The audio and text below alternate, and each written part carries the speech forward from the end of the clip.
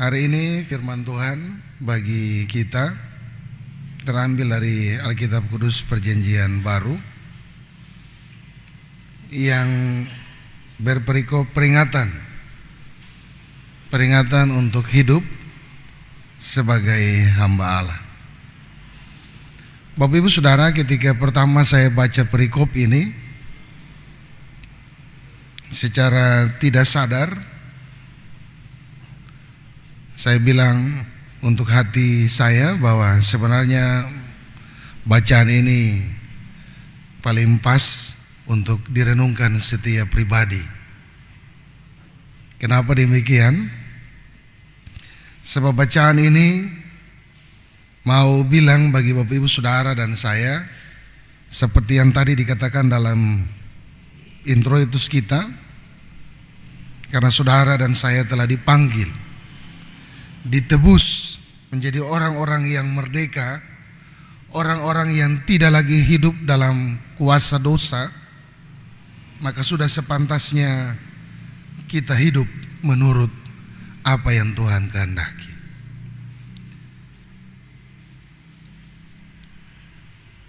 Tidak bisa kita pungkiri sebagai orang Kristen, apalagi kita yang di Sorong, kita yang tinggal di daerah Pahlawan, apalagi di daerah Worsit atau Worot City, daerah Texasnya Sorong. Orang Kristen akan kecewa, bahkan orang lain juga akan kecewa dengan perilaku orang Kristen. Sebab di pandangan orang, banyak orang berpandangan bahwa orang Kristen itu hidupnya baik, kelakuannya baik, kata-katanya baik, semuanya serba baik. Karena orang Kristen itu punya kasih yang luar biasa. Tapi Bapak Ibu Saudaraku, pernyataan itu hanya sebatas pernyataan.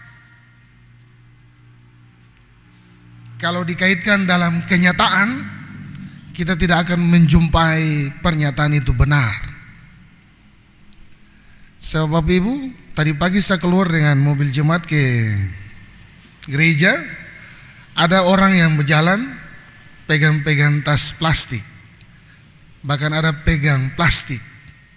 Ya, semua tahu pasti itu apa. Di lingkungan yang begitu banyak gereja, yang begitu banyak rumah Allah, tempat berdoa, tapi banyak orang yang tidak berdoa. Banyak orang yang hidupnya menyalahgunakan kemerdekaan yang sudah didapat oleh Tuhan Allah, hidup dalam dosa. Lalu kira-kira siapa yang mau kasih merdeka dong?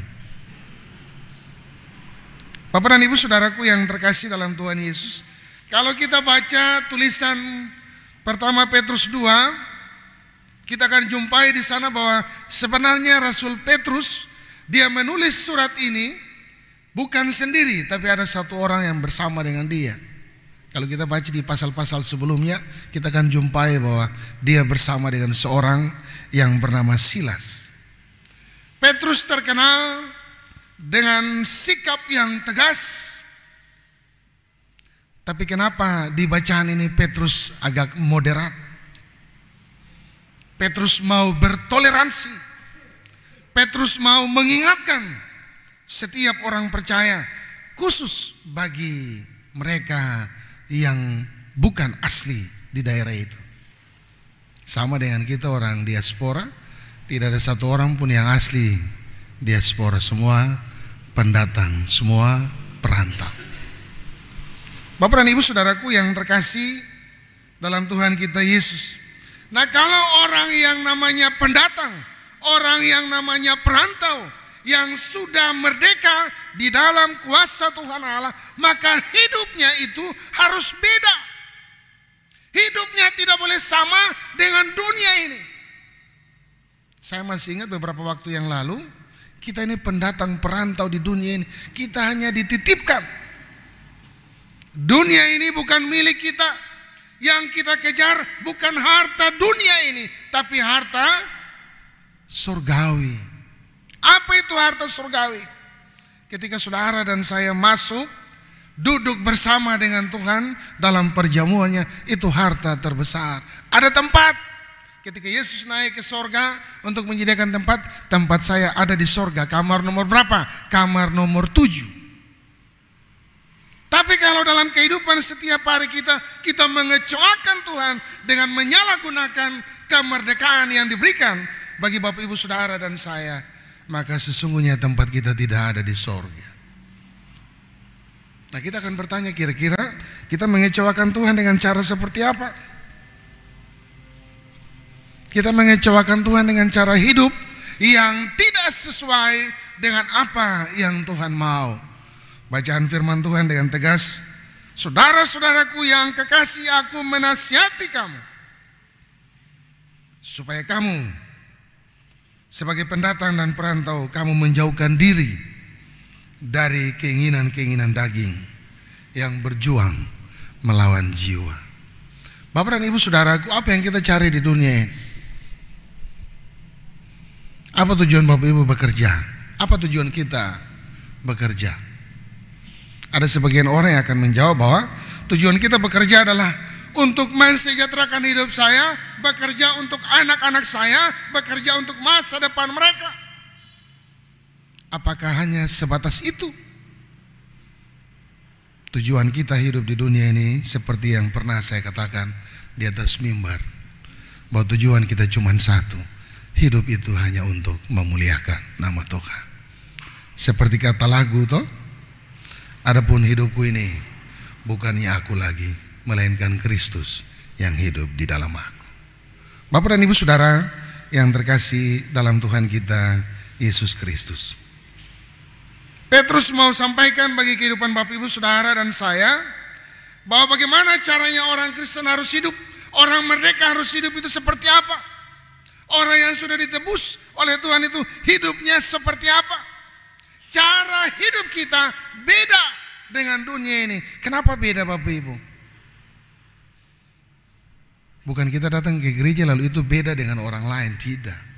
Tapi perbuatan-perbuatan kita, kata-kata yang keluar dari bibir mulut kita, pikiran-pikiran kita adalah pikiran-pikiran, perbuatan-perbuatan, perkataan-perkataan yang memuliakan nama Tuhan, bukan mempermalukan nama Tuhan. Bapak dan Ibu Saudara yang terkasih dalam Tuhan Yesus, bagaimana caranya supaya Bapak Ibu Saudara dan saya bisa hidup, bertumbuh iman kita, rohani kita seperti yang Tuhan inginkan? Yang pertama, hidup dalam kekudusan. Ayat 11 sampai 12 bicara tentang bagaimana orang Kristen harus hidup. Hidup dalam kekudusan. Apa itu kudus? Kudus itu suci, tidak bercela, tidak beraib, tidak bernoda. Nah, paling tidak dalam kehidupan kita harus berusaha supaya hidup kita itu berkenan di hadapan Tuhan Allah. Jangan pernah kita memberikan ruang untuk iblis itu memperdaya kehidupan Bapak Ibu Saudara dan saya. Saya tidak perlu kasih contoh-contoh konkret, banyak yang bisa Bapak Ibu temukan dalam kehidupan hari-hari. Yang kedua, bagaimana supaya orang Kristen bertumbuh dalam imannya ke arah yang Tuhan kehendaki? Hidup dalam ketaatan. Orang Kristen yang sudah merdeka, yang sudah dibebaskan oleh Tuhan, dia harus tunduk dan taat kepada Allah dan segenap perintah-perintah.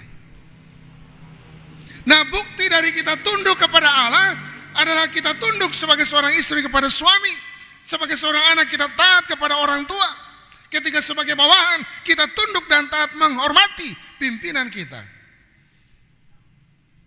Nah, itu bukti bahwa kita taat kepada Tuhan Allah.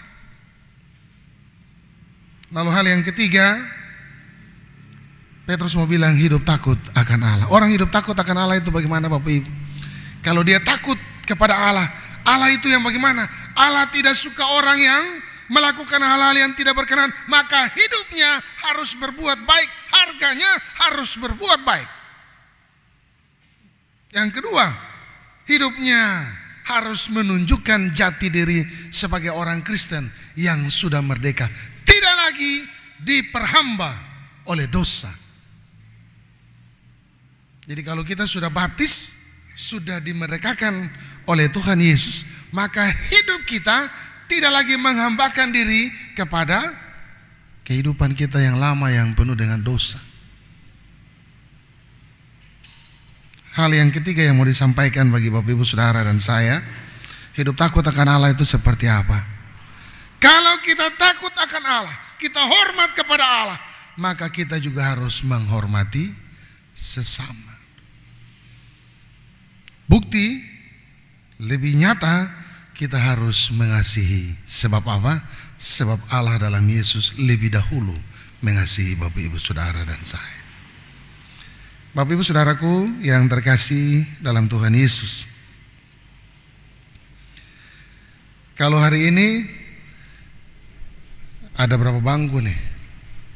8 bangku yang di dalam gereja kosong, di atas banyak yang kosong. Kalau 400 sekian jiwa, maka sesungguhnya gereja ini tidak cukup. Tapi itulah kondisi kita. Bagaimana kehidupan Bapak Ibu Saudara dan saya yang sudah merdeka? Bisa tidak kita mempengaruhi orang lain untuk juga hidup merdeka di dalam Tuhan? Kenapa demikian saya ajak begitu Bapak Ibu? Sebab kita orang Kristen kadang tidak menyadari, bahkan belum menyadari dan memahami dengan benar. Kenapa? Bapak Ibu, tahun 324 itu merupakan sejarah yang dicatat di seluruh dunia tentang kekristenan. Ada yang tahu kenapa tahun 324 itu merupakan tahun sejarah? Ada sebuah dekrit yang dibuat oleh gereja-gereja bersama dengan pemerintah dan negara. Dekrit itu yang dikenal dengan Dekrit Milano. Bapak Ibu bisa minta bantuan dari Om dan Tante Google. Apa itu Dekrit Milano? Tahun 324. Dekrit itu menyatakan bahwa sinagoge atau tempat-tempat ibadah akan dibangun, akan didirikan oleh negara. Kenapa? Karena sebelum tahun itu orang Kristen dilarang untuk beribadah, menyembah kepada Tuhan Allah. Orang Kristen dilarang untuk menyembah kepada Tuhan Allah, untuk beribadah kepada Tuhan Allah. Tapi Bapak Ibu masih ingat istilah semakin dibabat semakin merambat. Orang Kristen seperti itu. Ketika ada pembantaian, pembunuhan secara massal, orang Kristen tidak habis, tetapi semakin bertambah dan bertambah. Maka lahirlah Dekrit Milano itu. Dengan keputusannya, salah satu poinnya adalah sinagogi atau tempat ibadah akan dibangun kembali oleh negara. Itu yang pertama. Hal yang kedua yang harus diingat oleh Bapak Ibu Saudara dan saya, bahkan kita harus bilang untuk anak-anak kita supaya ke depan mereka mengingat bahwa hari itu adalah hari yang penting. Kenapa penting Bapak Ibu Saudara? Sebab dalam dekrit itu, Dekrit Milano itu, salah satu poinnya adalah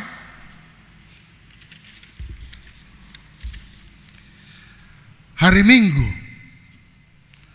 Hari Minggu ditetapkan sebagai hari libur resmi bagi orang Kristen untuk beribadah kepada Tuhan. Sejarah mencatat itu Bapak Ibu. Tahun 324 ditetapkanlah hari Minggu sebagai hari libur resmi untuk orang Kristen Bapak Ibu Saudara dan saya beribadah. Tidak ada kegiatan lain, hanya beribadah. Pada saat itu Bapak Ibu, Kaisar Konstantin dia melaksanakan keputusan itu. Dan mestinya sebagai orang Kristen ketika hari Minggu ditetapkan sebagai hari libur secara resmi untuk kita beribadah, maka mestinya hari Minggu itu gereja-gereja penuh. Di daerah asal kita masing-masing, saya percaya setiap hari Minggu pasti orang malu hati keluar. Kalau tidak pergi gereja toh, dia duduk sampai ibadah selesai, baru dia bisa keluar. Tapi kalau di republik ini yang sekarang susah yang begitulah ya. Orang pakai bagus, mau tanya lagi mau pergi mana? Sudah tahu hari Minggu mau pergi gereja, tanya lagi. Nah mestinya orang Kristen Bapak Ibu Saudara dan saya yang sudah merdeka, seperti Rasul Petrus katakan, hidup kita harus menunjukkan jati diri kita. Berbuat baik dan sebagainya, hidup kudus, hidup taat, hidup takut akan Allah, menghormati sesama, mengasihi sesama. Itu harus menjadi ciri kita apapun situasi kita.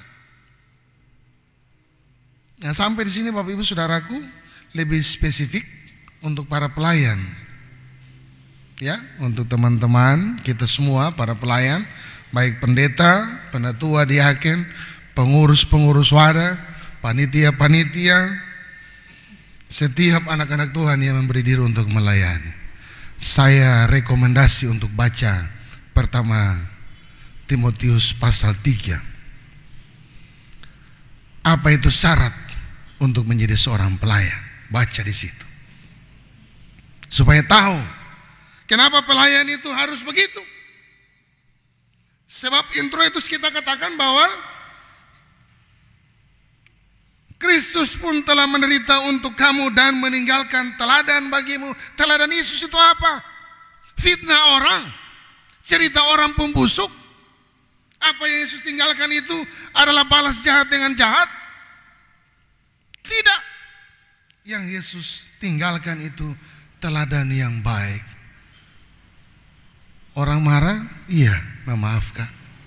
Orang benci, mengampuni. Ada perselisihan, kita datang bawa kedamaian. Itu teladan yang Yesus tinggalkan bagi Bapak Ibu Saudara dan saya. Kita harus mengikuti jejak itu. Sebab itulah jati diri kita, kekristenan kita di situ.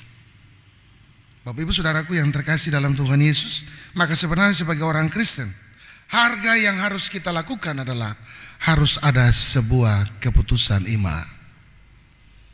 Bukan keputusan di KTP lalu catatan sipil bikin KTP itu agamanya Kristen. Tidak. Tapi itu harus lahir dari hati yang menyatakan bahwa saya bersama seisi rumah tangga keluarga saya akan beribadah hanya kepada Tuhan. Akan melakukan apa yang Tuhan kehendaki. Sebab saya dan keluarga saya telah dimerdekakan oleh Allah di dalam Yesus Kristus. Maka tidak ada tawar-menawar. Yang harus kita lakukan adalah hidup menyenangkan dan memuliakan hati Tuhan. Ada amin Bapak Ibu? Dan hari ini bagian yang berikut yang mau disampaikan bagi kehidupan Bapak Ibu Saudara dan saya. Kalau kita mau supaya sesuatu itu sesuai dengan kita punya harapan, maka saya pernah ingat ada satu games yang pernah dimainkan oleh para pelayan, tapi juga pernah saya bawa. Kalau kita ingin dihormati, maka yang pertama kita harus menghormati. Kalau kita ingin dikasihi, maka yang pertama kita harus mengasihi. Bapak dan Ibu Saudaraku yang terkasih dalam Tuhan Yesus, bukti bahwa kita benar mengasihi Tuhan adalah perbuatan setiap hari kita terhadap sesama yang saling mengasihi. Kita hormat kepada Tuhan Allah, kita tunduk kepada Tuhan Allah, sama seperti kebenaran firman Tuhan yang baru saja Bapak Ibu Saudara dan saya baca. Tunduklah karena Allah. Kepada siapapun kita tunduk karena Allah menghendaki kita melakukan hal itu. Tuhan Yesus memberkati kita dengan kebenaran firman. Amin.